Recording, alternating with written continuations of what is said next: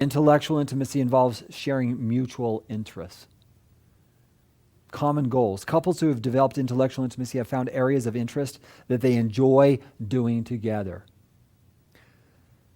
They read books, watch movies, attend plays, research goodbyes, and enjoy sharing these thoughts with each other.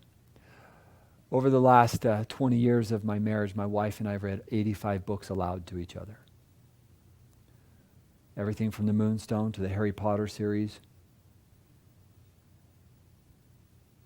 We've read 85 books together, and then we talk about them. The Count of Monte Cristo, right? We read these books and we talk about them. Intimacy is worked at. It's not absolutely just given to you. Intellectual intimacy is sharing a common goal, a common purpose, something that we're working on together.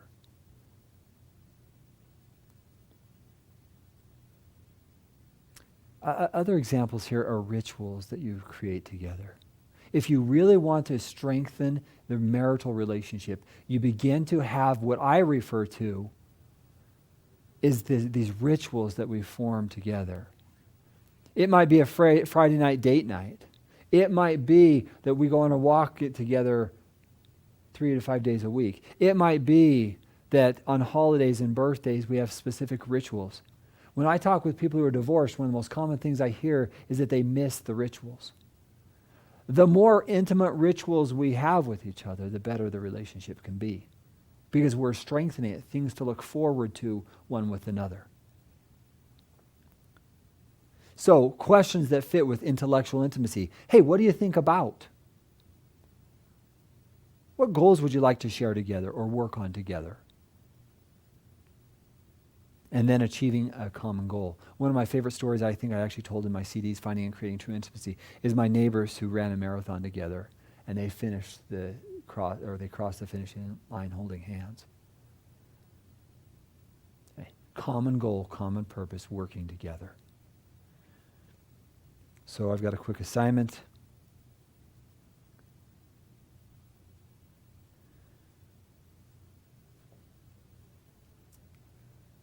Something that I kind of started emphasizing with my clients who I want to start nurturing the relationship. These are steps towards more intimacy.